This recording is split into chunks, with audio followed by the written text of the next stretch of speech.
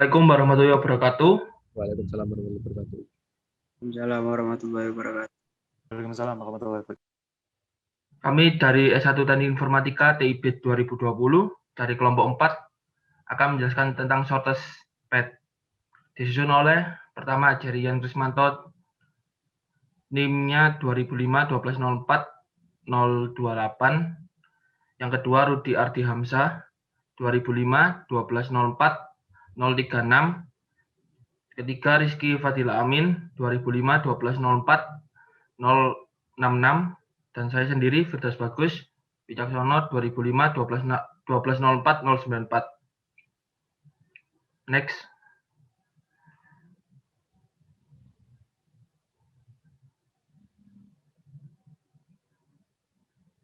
Shortest path adalah lintasan dengan bobot terkecil dari suatu jalur dalam sebuah graf berbobot.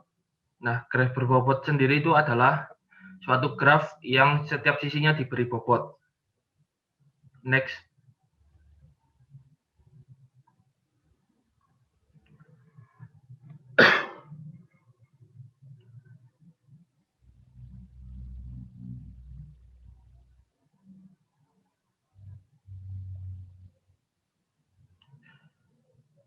Persoalan shortest path. Terdapat beberapa persoalan lintasan terpendek, antara lain lintasan terpendek antara dua buah simpul tertentu, A pair shortest path. Lintasan terpendek antara semua pasangan simpul, all pairs shortest path. Lintasan terpendek dari simpul tertentu ke semua simpul yang lain, single source shortest path. Lintasan terpendek antara dua buah simpul yang melalui beberapa simpul tertentu, intermediate shortest path. Next.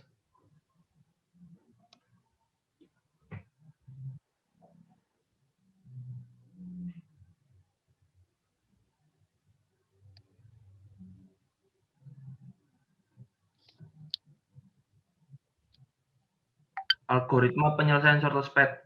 Algoritma greedy. Algoritma greedy adalah algoritma yang memecahkan masalah langkah demi langkah di mana pada setiap langkah akan diambil pilihan terbaik. Algoritma Dijkstra. Algoritma Dijkstra merupakan pengembangan dari algoritma greedy, di mana langkah terbaik akan dilihat secara global sehingga memberi hasil yang lebih optimal. Algoritma Bellman-Ford hampir mirip dengan algoritma Dijkstra. Bedanya algoritma Bellman-Ford mengambil langkah dengan mempertimbangkan langkah lanjutan yang ada. Selain itu, algoritma ini mampu menghitung graf dengan bobot negatif.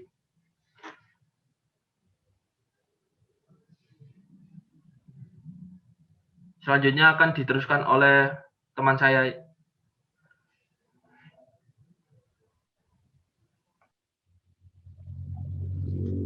Baik, saya lanjutkan. Algoritma Greedy, langkah-langkah pemecahan, step 1. Kunjungi satu titik pada graf dan ambil semua titik yang dapat dikunjungi dari sekarang. Step 2. Cari optimal solution ke titik selanjutnya. Step 3. Tandai titik sekarang sebagai titik yang telah dikunjungi dan pindah ke optimal solution. Step 4. Kembali ke step 1 hingga tujuan tercapai. Next.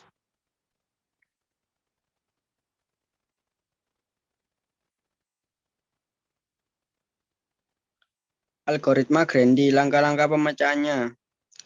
Hasil. Dengan menggunakan algoritma Greedy pada graf di atas, hasil akhir yang akan didapatkan sebagai jarak terpendek adalah A, C, D, G, I.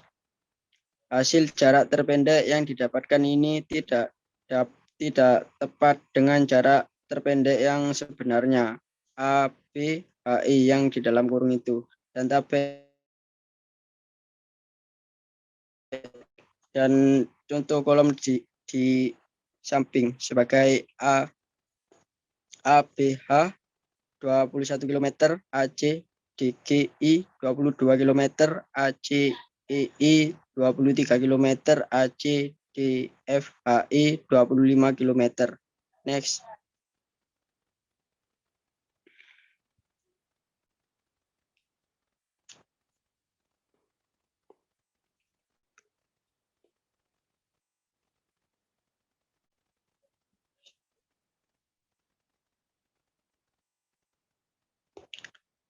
Kelebihan pengguna algoritma Grandy akan menyeleksi pilihan-pilihan yang ada dan mengambil solusi terbaik. Jadi, jika ada banyak pilihan dari lintasan di graf, maka algoritma Grandy akan memberi hasil yang akurat. Kekurangan. Algoritma Grandy mengambil pilihan terbaik pada setiap langkahnya. Artinya, algoritma ini tidak mampu mengambil solusi optimal secara global, sehingga tidak selalu memberi hasil yang terbaik. Next. Ya, selanjutnya tentang algoritma Dijkstra akan saya bahas langkah-langkah pengerjaannya. Pertama, step 1, tandai titik awal sebagai titik keberangkatan, lalu kunjungi satu titik pada graf, dan ambil semua titik yang dapat dikunjungi dari sekarang. 2, cari optimal solution ke titik selanjutnya, kemudian pindah ke titik tersebut. Rekam data lain. Data lain tersebut kemudian dimasukkan ke dalam suatu tabel atau catatan lain. Step 3, lewati jalur ke titik lain dari titik keberangkatan. Bandingkan hasilnya dengan optimal solution saat ini. Step 4, jika jalur baru lebih pendek, maka hapus data optimal solution dan ganti dengan yang baru. Ulangi step 1.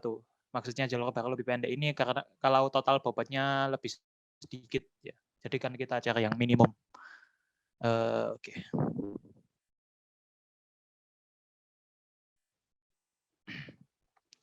Ya, selanjutnya ada tabel dan grafnya ini. Jadi seperti yang saya bilang tadi, ini dimulai dari A. Lalu cari solusi terbaik.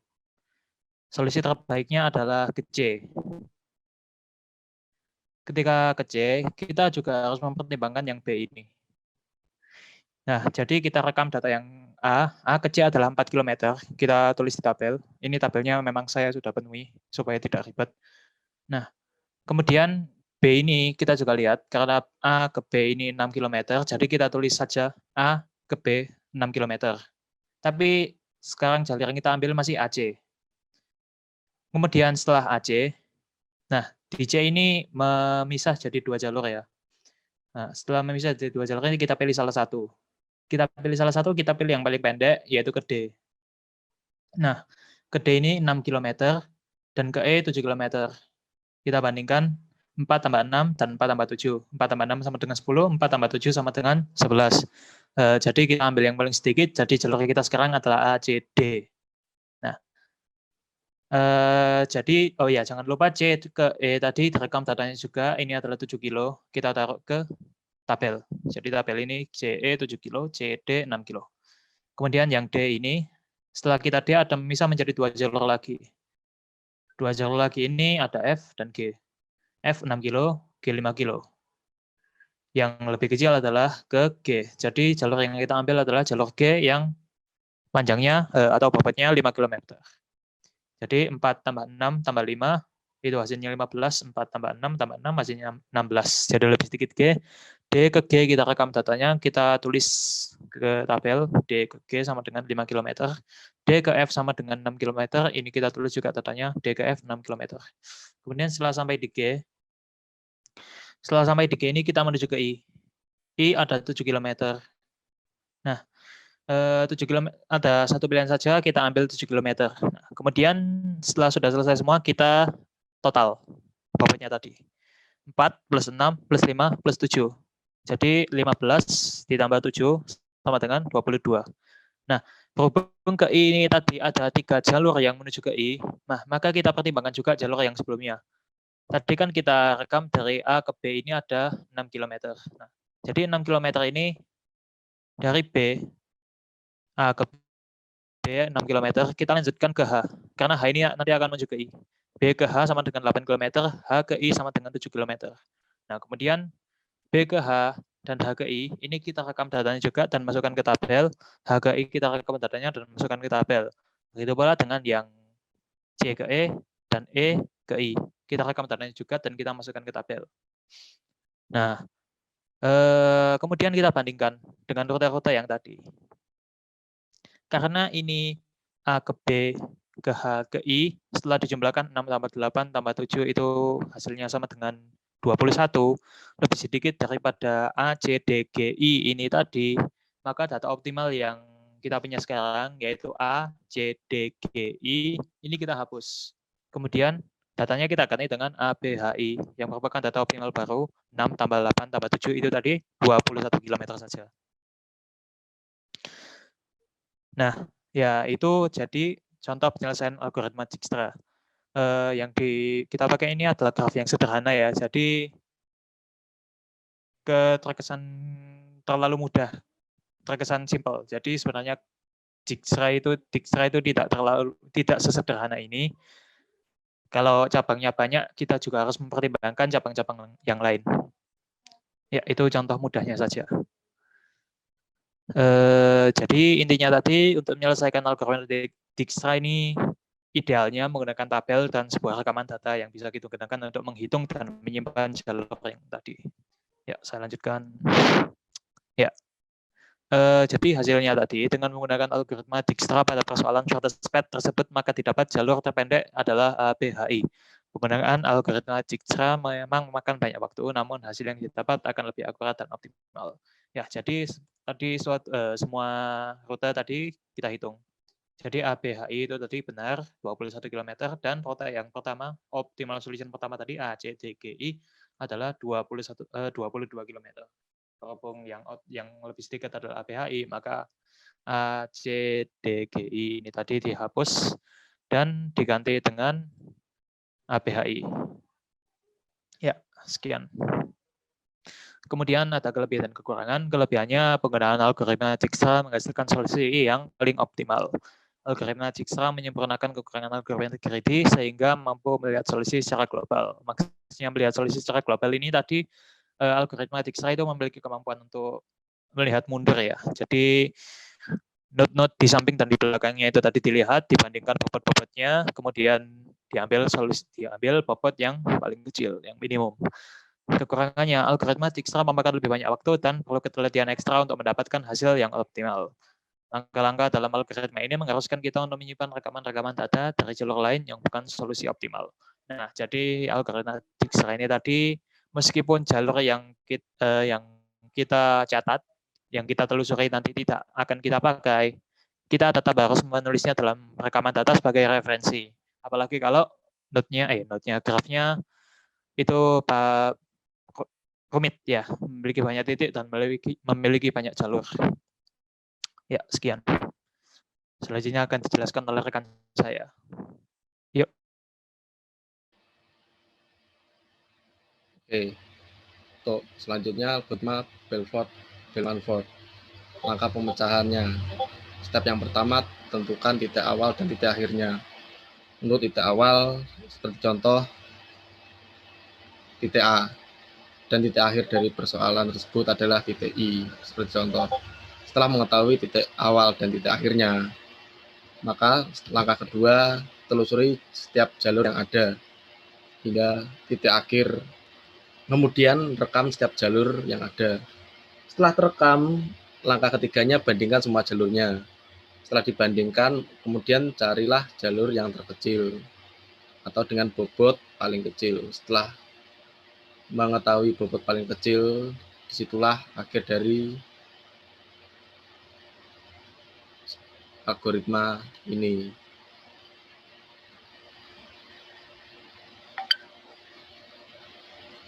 Oke, lanjut. Hasilnya ialah setelah mendapatkan data dari setiap jalur dari A, B, H, I, A, C, D, G, I, dan A, C, E, I, yang terakhir A, C, D, F, H, I. Setelah semua jalur ditelusuri, maka dibandingkan manakah yang paling berbobot kecil. Yang paling bobot kecil adalah A, B, H, I. Jadi dengan menggunakan algoritma Bellman-Ford pada persoalan cepat tersebut, maka dapat jalur terpendek adalah ABHI. Algoritma ini hampir mirip dengan algoritma Dijkstra. Namun pada Bellman-Ford semua jalur yang ada langsung ditelusuri hingga akhir dan mampu menghitung bobot negatif. Jadi bedanya ialah menghitung atau menelusuri semuanya. Lanjut.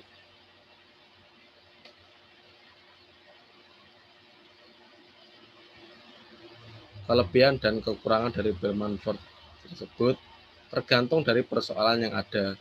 Penggunaan algoritma Bellman-Ford bisa jadi lebih efektif atau bahkan kurang efektif jika dibandingkan dengan algoritma Dijkstra.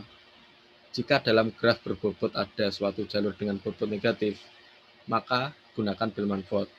Ini lebih efektif. Namun jika tidak ada yang negatif, maka akan lebih mudah menggunakan algoritma Dijkstra. Oke, sekian kata-kata terakhir dari Benjamin Franklin. Tell me and I forget. Teach me and I may remember. Involve me and I learn. Oke, sekian dari kelompok kami. Terima kasih. Bila ada salah kata atau kekurangan, kami mohon maaf. Wassalamualaikum warahmatullahi wabarakatuh. Waalaikumsalam warahmatullahi Assalamualaikum wabarakatuh. warahmatullahi wabarakatuh.